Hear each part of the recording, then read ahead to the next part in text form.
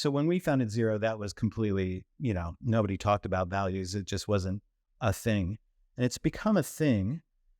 But even when I would talk to, even after it became a thing, when I would talk to founders, they would say, well, that's when we get big. We need to, put together our values so that we can, get teams aligned around kind of these big ideas. And I said, no, that's not what values are for. What kind of business do we want to build? Is it going to be a big thing that we grow massively and quickly? Is it going to be a small thing? What kind of people do we want to attract to this? What kind of operation do we want to run? Do we want it to be creative? Do we want it to be very data driven? Do we want it to be, how do we want to interact with each other?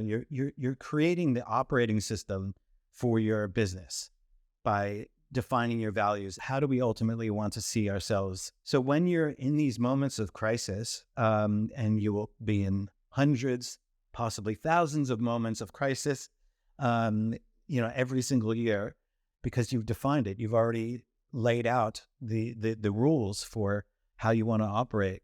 And so that's, incredibly important for when you're hiring, even more important for when you're firing. It's important for when you're going for investment. Like, when do you go in for investment? What size of investment? How do you want to do that? How do you want to scale the business?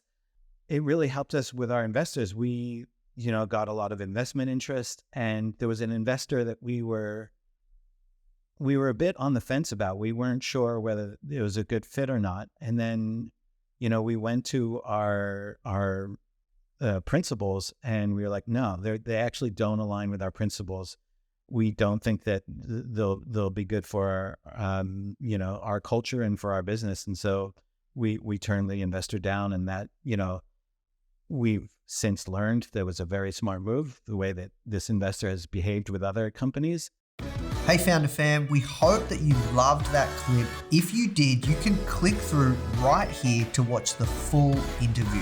You don't want to miss this one. See you there.